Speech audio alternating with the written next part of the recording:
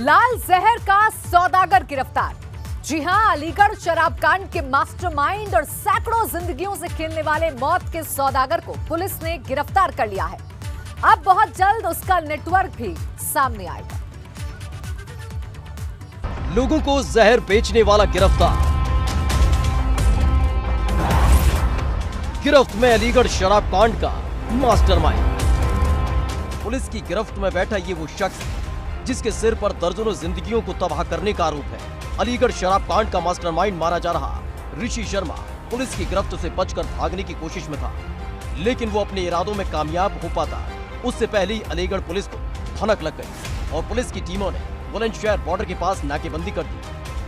जनपद अलीगढ़ में शराब से हुई घटना के संबंध में यह अवगत करा दें कि एक बड़ी सफलता अलीगढ़ पुलिस को मिली है, जिसमें 1 लाख के इनामी अपराधी ऋषि शर्मा को पुलिस द्वारा बुलंदशहर बॉर्डर के समीप से गिरफ्तार कर लिया गया है। यह भी विदित हो कि इसमें 50,000 के इनामी विपिन यादव को पूर्व में गिरफ्तार किया जा चुका है। इसके अलावा ऋषि शर्मा के भाई मुनीष शर्मा जो 25,000 का इनामिया था उसको, एवं अनिल चौधरी का साला जो नीरज चौधरी था जो भी 25,000 का इनामी था, उसको भी पुलिस द्वारा गिरफ्तार किया जा चुका है।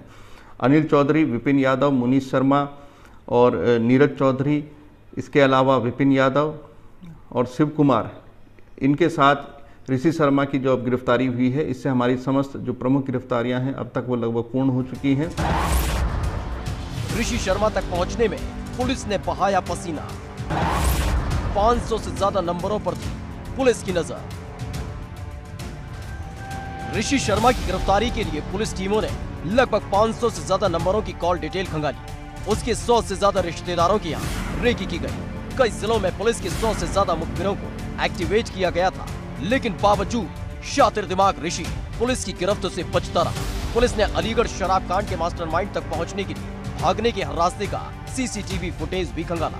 उसके नए पुराने दोस्तों से लिंक तलाशी, पूछताछ की गई और आखिर में पुलिस के हाथ कामयाबी लगी।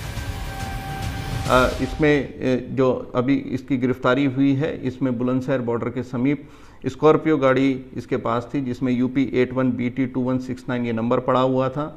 इससे इसको गिरफ्तार किया गया है और इस गाड़ी में भी कुछ जो बरामदगी है, पुलिस द्वारा उस गाड़ी से भी बरामदगी की है। और इसके अलावा यह आपको बता दें कि जो पुलिस द्वारा इस संपूर्ण ऋषि शर्मा की गिरफ्तारी के लिए 500 से अधिक जो मोबाइल नंबर होते हैं उनका कॉल डिटेल एनालिसिस किया गया था। 100 से अधिक मुखबिर लगभग 5 राज्यों में पुलिस द्वारा अपने लगाए गए थे इसकी जानकारी के लिए। इंटेरोगेशन में सच उगलेगा शातिर।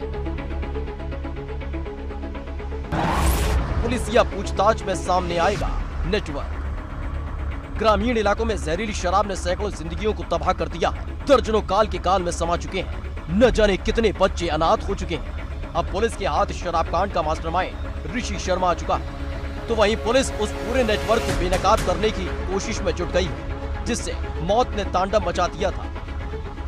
इस प्रकार समस्त प्रमुख गिरफ्तारियां जो हुई हैं, इसके लिए पूरी टीम्स को आदेशित किया गया है कि कठोरतम दंडात्मक कार्रवाई जो भी प्रस्तावित हो सकती है वो इनके विरुद्ध की जाए और तत्परता से टीमें इस ओर में लगी हैं। हम लोग की 4 टीम्स खासतौर से इन्वेस्टिगेशन मॉनिटरिंग के लिए, इसके अलावा प्रोसिक्यूशन मॉनिटरिंग के लिए, इसके अलावा इंटरोगेशन के लिए, और चौथी टीम जो है वो ओवरऑल इनका असेसमेंट करने के लिए कि इनका संपत्ति जो जब्त हो सकता है और क्या ध्वस्त हो सकता है, उसके लिए यहाँ पर एक्टिव हैं और तत्परता से अपना कार्य कर रहे हैं। पहली बार नहीं है जब प्रदेश में जहरीली शराब की वजह से जिंदगियां और सैकड़ों घर बर्बाद हुए हैं। हर बार शुरुआती सख्ती के बाद मौत बेचने वाले फिर से सक्रिय हो जाते हैं। बस खुलासा तब होता है जब फिर से जहरीली शराब लोगों की जिंदगियां लील लेती है। इस बार की कार्रवाई से उम्मीद है कि इस कारोबार से जुड़े नेटवर्क का भी खुलासा होगा।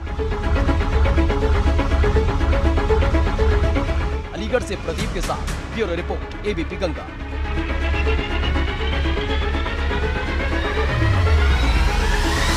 बरेली पुलिस ने एनकाउंटर में एक ऐसे शातिर को पकड़ा है जिसने अपने दोस्तों के साथ शर्मिंदा कर देने वाली वारदात को अंजाम दिया है। आरोप है कि शातिर ने दोस्तों के साथ घूमने निकली एक छात्रा के साथ गैंगरेप की वारदात को अंजाम दिया है।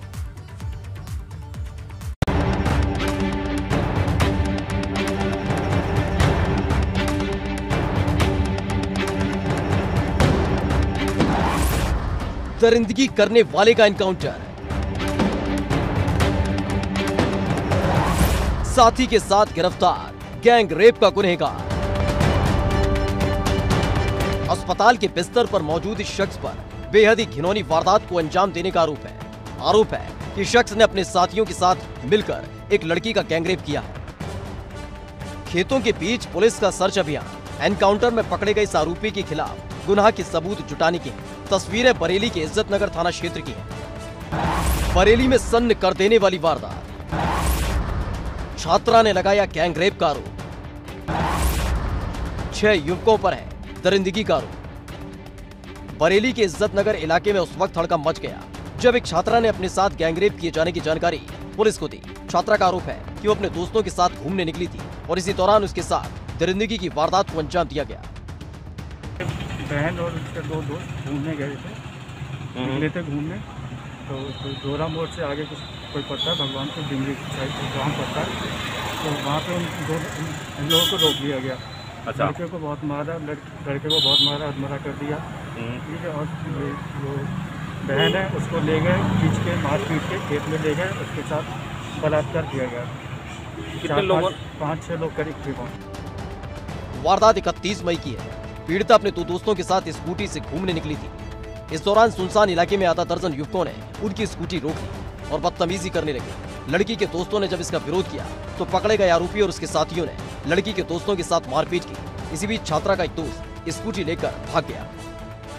अपने दोस्तों के साथ घूमने गया था, तो रास्ते में ये मिली हमें, रास्ते में हम लोग घूमने गए थे, हम आ रहे थे मतलब घूमने, ये हमें रास्ते में ये मिली तो हम लोग घूमने गए थे। तो रास्ते में वहाँ पर जा रहे थे गांव की साइड, मतलब जाते ही घूमने तो गांव की साइड घूमने जा रहे थे, तो कुछ लड़के मिले, 4-5 लड़के थे, पता नहीं कौन थे, और हमें मिले, हम लोगों को रोक लिया, चाकू वगैरह भी था और डंडा उन्होंने निकाला, और मतलब डंडा निकालने के बाद मुझे खींच के उतार दिया। छात्रा को खेत में खींच कर ले गए आरोपी, पहले की मारपीट फिर किया गैंगरेप। एनकाउंटर के बाद पुलिस की गिरफ्त में आए शख्स का नाम विशाल पटेल है। वारदात वाले दिन विशाल अपने दोस्तों के साथ लड़की को खेतों में खींच कर ले जाने और उसके साथ गैंगरेप की वारदात को अंजाम देने के आरोप लगे हैं। आरोप है कि गैंगरेप के दौरान छात्रा के बेसुध होने के बाद आरोपी फरार हो गए। तो हम दोनों के फोन छीन लिए गए, फोन छीन लिए, फोन छीनने के बाद उन्होंने बैठाला, पूछा और मार रहे थे, कुछ पूछ ही नहीं रहे थे। हमने कहा हम घर पे फ़ोन कर दे रहे हैं, बोले ऐसा है अभी तुम्हें चौकी ले जाया जाएगा। तो मैंने कहा ठीक है, हमारी कोई गलती नहीं है, आप हमें ले आओ और मम्मी पापा को फ़ोन कर दो। तो बोले अपने घर पे फ़ोन लगा, फ़ोन लगाने के लिए फ़ोन भी नहीं दे रहे थे, फ़ोन नहीं दे रहे थे। उसके बाद उन्होंने चंगड़ लगाना शुरू कर दिए और मतलब लातू होशों से भी मारा मुझे। बदहवास हालत में छात्रा अपने घर पहुंची और परिवार को आप बीती बताई। लड़की की हालत देख और उसकी आप बीती सुनने के बाद परिवार के पैरों तले जमीन खिसक गई और परिवार ने बेटी के साथ गैंगरेप करने वाले आरोपियों के खिलाफ थाने में केस दर्ज कराया, जिसके बाद मामले की गंभीरता को देखते हुए पुलिस तफ्तीश में जुट गई। थाना इज्जतनगर पर 5 जून को एक 19 वर्षीय युवती के द्वारा तहरीर दी गई, जिसमें उसके द्वारा बताया गया कि 31 मई को वो अपने 2 दोस्तों के साथ घूमने गई थी और वहाँ पर 6 अन्य युवकों के द्वारा उसके साथ दुष्कर्म किया गया।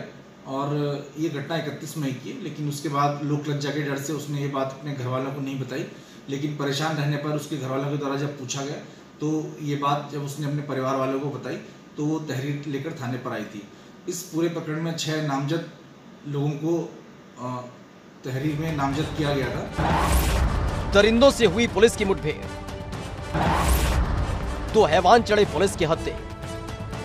गैंगरेप की वारदात की तफ्तीश कर रही पुलिस लगातार दरिंदों की तलाश कर रही थी कि तभी पुलिस ने मुखबिर की सूचना पर गैंगरेप के आरोपी विशाल पटेल को घेर लिया और भागने की कोशिश कर रहे आरोपी को एनकाउंटर के दौरान गिरफ्तार किया। तो वारदात के दूसरे आरोपी और विशाल के साथी अनुज पटेल को पुलिस ने कॉम्बिंग के दौरान गिरफ्तार किया। इसमें 2 आरोपी, एक विशाल पटेल और एक अनुज पटेल, इन 2 को गिरफ्तार किया गया है। इसमें से विशाल पटेल है, ये 22 वर्ष का है, इसको पुलिस मुठभेड़ में गिरफ्तार किया गया, इसके पैर में गोली लगी है। और जो दूसरा अभियुक्त है अनुज पटेल, इसको भी कॉम्बिंग के दौरान गिरफ्तार किया गया और अन्य 4 जो अभियुक्त हैं उनकी गिरफ्तारी के लिए टीमें लगी हुई हैं और जल्दी उनको भी गिरफ्तार किया जाएगा, उनके खिलाफ सख्त कार्रवाई की जाएगी। सरेआम गैंगरेप की सनसनीखेज वारदात के 2 आरोपी पुलिस की गिरफ्त में आ चुके हैं, जिनके जरिए पुलिस अब बाकी के 4 आरोपियों तक पहुंचने की कोशिश में है। लेकिन जिस तरह से छात्रा के साथ वारदात को अंजाम दिया गया, इसने एक बार फिर महिला सुरक्षा पर सवालिया निशान लगा दिया है।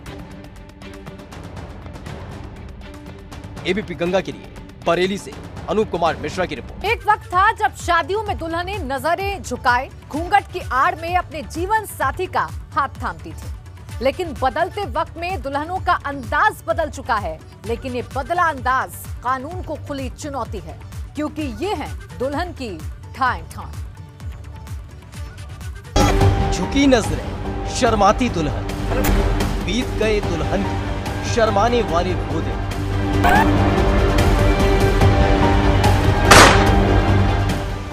ये आज की दुल्हन, इन्हें शर्माना नहीं आता, इन्हें नजरें झुकाना नहीं मिलाना आता।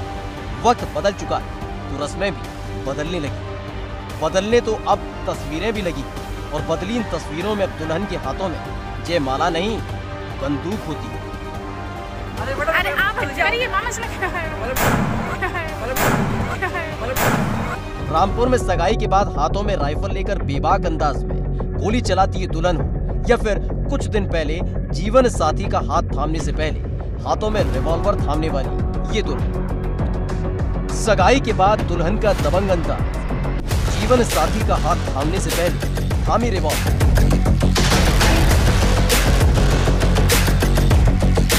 जहां एक तरफ शादी बारातों में हर्ष फायरिंग पर रोक लगाने में पुलिस के पसीने छूट जाते हैं, उनके पीछे इन दुल्हनों का नया अंदाज और भी बड़ी मुश्किलें बढ़ा रहा है। पहली तस्वीर रामपुर के खुजरिया थाना क्षेत्र की बताई जा रही है। वैसे तो ये वीडियो कई महीने पुरानी है, लेकिन सामने अब आया है। शायद इस वीडियो वायरल करने के पीछे दुल्हन बनी लड़कियों के बीच पहले किसने की फायरिंग वाली होड़ छिपी।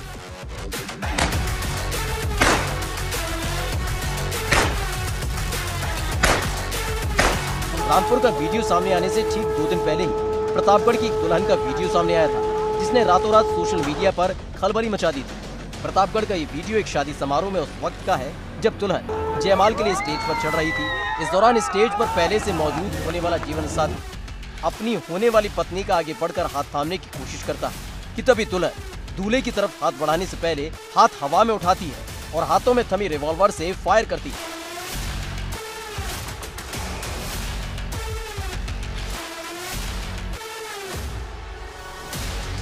दुल्हन के इस नए अंदाज से वहां मौजूद माहौल अचानक रोमांच से भर जाता है, और दुल्हन की इस दबंग एंट्री की लोग सीटी और ताली बजाकर हौसला अफजाई भी करते हैं। फिर रातों रात दुल्हन के इस दबंग अंदाज का वीडियो वायरल हो गया और पुलिस ने दुल्हन समेत कई लोगों के खिलाफ केस भी दर्ज कर लिया। अब आरोपियों पर गिरफ्तारी। कल जेठवाड़ा में एक शादी थी जिसमें एक महिला जिसकी शादी थी उसके चाचा की लाइसेंसी रिवॉल्वर थी, तो खुशी में के अतिरेक में उन्होंने इसको फायर कर दिया स्टेज पे जाने से पहले, जिसके संबंध में ये एक गलत परंपरा की शुरुआत उन्होंने की।